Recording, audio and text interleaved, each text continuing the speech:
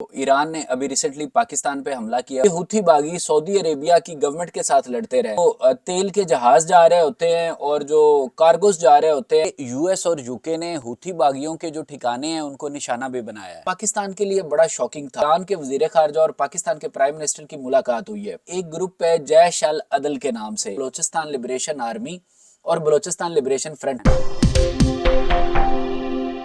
अस्सलाम वालेकुम दोस्तों, ईरान ने अभी रिसेंटली पाकिस्तान पे हमला किया और पाकिस्तान ने इसके जवाब में ईरान की सरहद के अंदर दाखिल होकर हमला किया है। तो आज हम इस सारी सूरत हाल को समझने की कोशिश करते हैं कि वजूहात क्या हैं इस सारी सिचुएशन की, कि ये जो कन्फ्लिक्ट डेवलप हुआ है दो ऐसी कंट्रीज़ के दरमियान जिनको आपस में फ्रेंडली कंट्रीज़ या ब्रदर कंट्रीज़ समझा जाता है।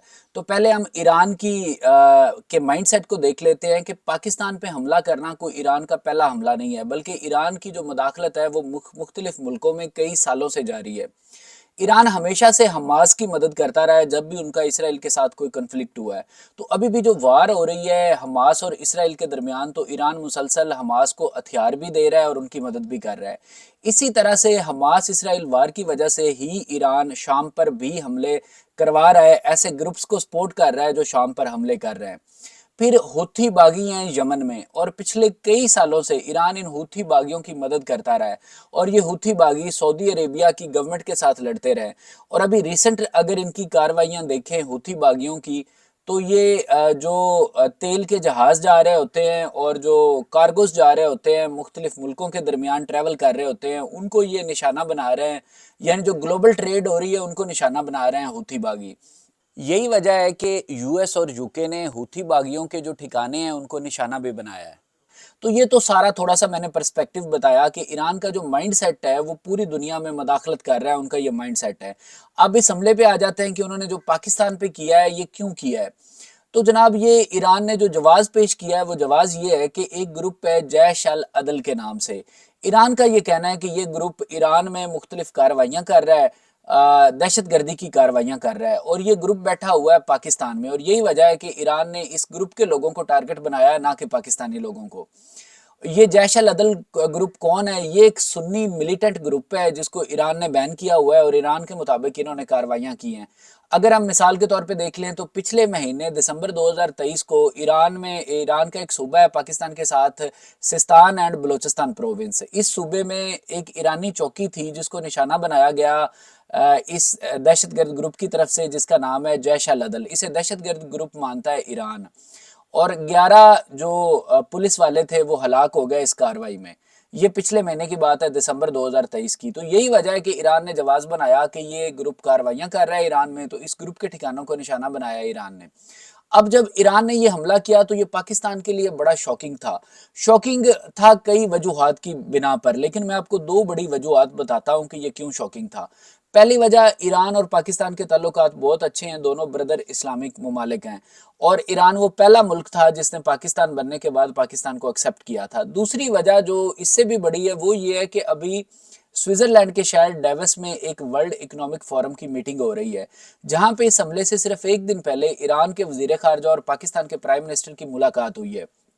तो जब एक मुल्क का फॉरेन मिनिस्टर किसी दूसरे मुल्क के प्राइम मिनिस्टर को मिल रहा है तो वहां पे वो अपना ये मुद्दा उठा सकता है कि जनाब, आपके मुल्क में बैठे हुए दहशतगर्द हमारे मुल्क में कार्रवाइयां कर रहे हैं, आप इनको रोकें या इनके खिलाफ कार्रवाई करें। लेकिन ऐसा कुछ नहीं हुआ, और अभी हमारे प्राइम मिनिस्टर भी वहीं पे थे और ईरान के फॉरेन मिनिस्टर भी वहीं पे थे कि ईरान ने पाकिस्तान पर हमला कर दिया।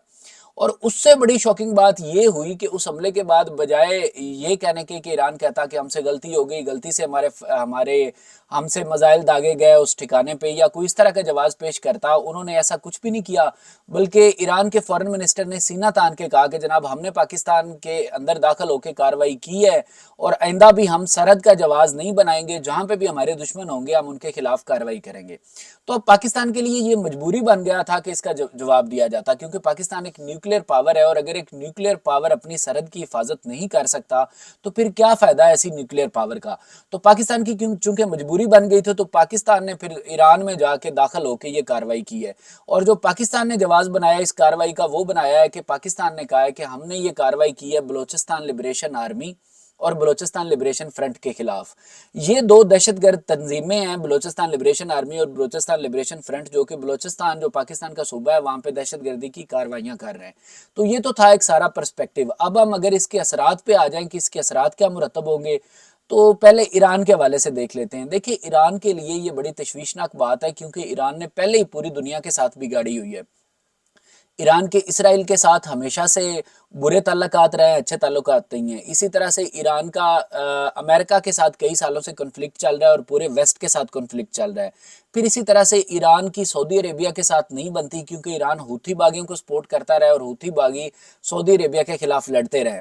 اور ایران اور سعودی عربیہ کی کولڈ وار کئی مسلم ممالک کو افیکٹ کرتی رہی ہے، اور سب سے زیادہ انہوں نے اس کولڈ وار نے افیکٹ کیا پاکستان کو۔ پاکستان میں ایران سپورٹ کرتا رہا ہے شیعہ کو، جو شیعہ ایک مسلک ہے، اور سعودی عربیہ سپورٹ کرتا رہا ہے اہل حدیث مسلک کو، اور یہ دونوں مسلک آپس میں لڑتے رہے اور کئی ہزار لوگ پاکستان میں مارے گئے اس کنفلکٹ میں، جو اہل حدیث اور شیعہ کا کنفلکٹ تھا۔ تو مطلب سعودی عربیہ کے ساتھ بھی ایران کی نہیں بنتی ہے۔ تو اب اگر ایران ایک اپنے بردر اسلامک ممالک پاکستان کے ساتھ بھی بگاڑ لے گا تو پھر ایران کے لیے یہ کوئی اچھا نہیں ہوگا، جہاں پہ اس نے آدھی دنیا کو پہلے مخالف بنا رکھا ہے اور اپنے ایک نیبر کو بھی مخالف بنا لے گا، تو ایران کے لیے اس کے کوئی اچھے اثرات مرتب نہیں ہوں گے۔ اب اگر پاکستان کی بات کریں تو پاکستان کی اس طرح سے پاکستان نے کبھی دنیا میں تو مداخلت نہیں کی، نہ کبھی گروپوں کو سپورٹ کیا ہے۔ سٹیٹ لیول پہ، انڈیویجول لیول پہ لوگ پاکستان سے چلے جاتے ہیں جو باہر جا کے کاروائیاں کرتے ہیں، لیکن سٹیٹ لیول پہ ایسا کچھ نہیں ہوا کبھی۔ لیکن پاکستان کی بھی نیبرنگ کنٹریز کے ساتھ اس طرح سے نہیں بنتی۔ جب سے پاکستان بنا ہے انڈیا کے ساتھ ہمارے کبھی بھی اچھے تعلقات نہیں رہے، ہمیشہ ہی ہم انڈیا کے ساتھ ایک کنفلکٹ میں رہے ہیں، اور اس کی وجہ ہے سب سے بڑی کشمیر۔ اسی طرح سے افغانستان کے ساتھ بھی جب سے پاکستان بنا ہے ہمارے اچھے تعلقات نہیں رہے۔ تو صرف باقی چائنا اور ایران ہی بچتے ہیں جن کے ساتھ ہمارے اچھے تعلقات تھے۔ ایران کے ساتھ تھوڑی بہت کشیدگی کبھی ہو جایا کرتی تھی، لیکن اس طرح سے اتنے برے تعلقات کبھی نہیں تھے کہ حملہ کرنا پڑ جائے ایک دوسرے کے ملک میں۔ تو اب اگر ایران کے ساتھ بھی پاکستان کی بگڑ جائے گی تو پھر پاکستان کے 3 فرنٹ کھل جائیں گے۔ ایک فرنٹ ہے افغانستان والا، ایک انڈیا والا، اور اگر ایران والا کھل گیا تو پھر پاکستان کی نیبرنگ کنٹریز کی میجورٹی کے ساتھ ہی بگڑ جائے گی۔ تو اب یہ دونوں ممالک کے فائدے میں ہے کہ اس بات کو یہیں پہ ختم کر دیا جائے، اور آئندہ سے جو بھی کشیدگی ہو دونوں ممالک کے درمیان اسے سفارتی سطح پہ حل کیا جائے۔ تو یہ سارا ایک پوائنٹ آف ویو تھا اور اس کے اثرات تھے کہ کیا ہو سکتے ہیں۔ Thank you very much.